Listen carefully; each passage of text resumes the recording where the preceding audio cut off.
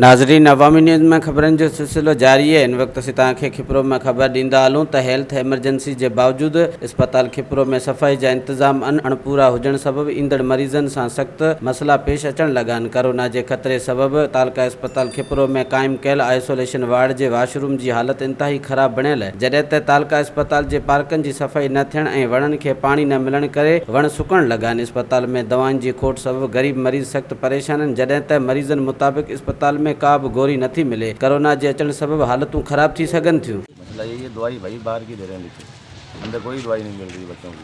बोलते हैं हमारे पास है ही नहीं, स्टॉक ही नहीं है।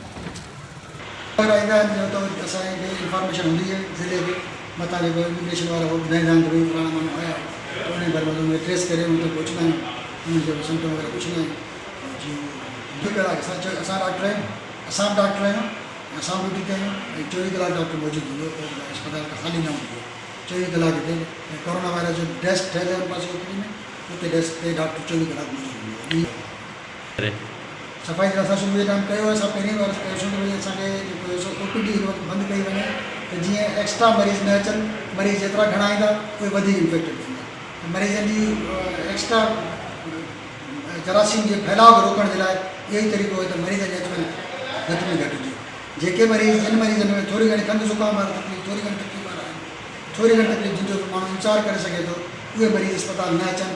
वधि में वधि इन्फेक्शन फैलण जो जॻह अस्पताल है। अस्पताल में मरीज़न के बचाने जे लाइ पाण शहर बंदि कया आहिनि त जीअं मरीज़नि जो अचु वञु घटि थिए।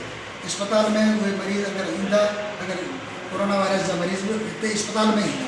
वधीक ख़बरनि ऐं तफ़सील जे लाइ विज़िट कयो असांजी वेबसाइट awamiNewsHD.com ऐं ॾिसंदा रहो अवामी न्यूज़ HD।